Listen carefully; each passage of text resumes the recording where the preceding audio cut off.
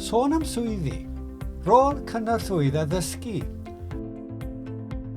Dyma Rachel, ac mae hi'n gynorthwyydd dysgu. Mae Rachel yn gweithio mewn ysgol sy'n cefnogi pobl ifanc ac awtistiaeth. Mae Rachel yn mynd i ddangos rhai o'r pethau mae'n ei gwneud yn ystod ei diwrnod gwaith. Felly, ffwrdd â ni. Mae Rachel yn cefnogi'r athrawes ac yn helpu pobl ifanc 14 i 19 oed. Mae hi'n gweithio bore yma gyda grŵp o 5 neu 6 o ddisgyblion. Mae'r athrawes wedi gosod rhywfaint o waith ac mae Rachel yn helpu'r ddisgyblion i wneud y gwaith. Mae Rachel yn gweithio 1 i 1 gyda Molly. Mae'n ei helpu gwblhau ei gwaith ysgrifenedig. Mae Rachel yn helpu hi gyda rhywfaint o sillafu gan ddefnyddio bwrdd gwyn bach. Yn ystod amser egwyl, mae Rachel yn helpu trwy gadw llygad ar ddisgyblion yn yr iard chwarae, a hefyd yn helpu gyda'i bwyd. Ar ddiwedd y dydd, mae Rachel yn helpu'r athrawes drwy glirio'r ystafell ddosbarth, tacluso llyfrau i ffwrdd a gwneud yn siŵr fod popeth yn barod ac yn ddiogel i'r disgyblion eto bore fory.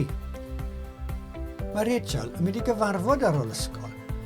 Mae'r cyfarfod hwn gyda Cynorthwyydd Addysgu ac athrawon eraill i drafod sut mae disgyblion yn dod ymlaen. Dyma sut mae Rachel yn wybod beth y disgwylir ganddi ac i ddarganfod sut y gall helpu'r disgyblion i wella. I wneud y swydd hon, mae angen i chi bod yn dda am wrando a siarad, egluro pethau'n glir, bod yn gymwynasgar ac yn ofalgar. Bydd angen i chi hefyd gweithio'n dda fer rhan o dîm.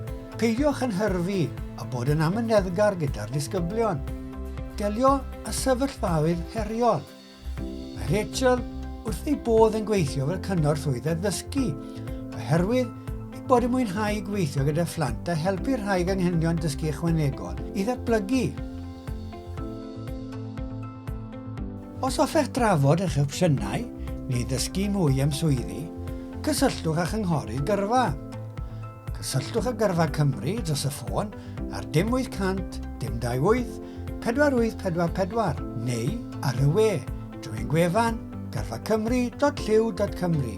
E-bostiwch ni at post@gyrfacymru.lliw.cymru. Dewch o hyd i ni ar y cyfryngau cymdeithasol ar Instagram, X, YouTube, Facebook a LinkedIn.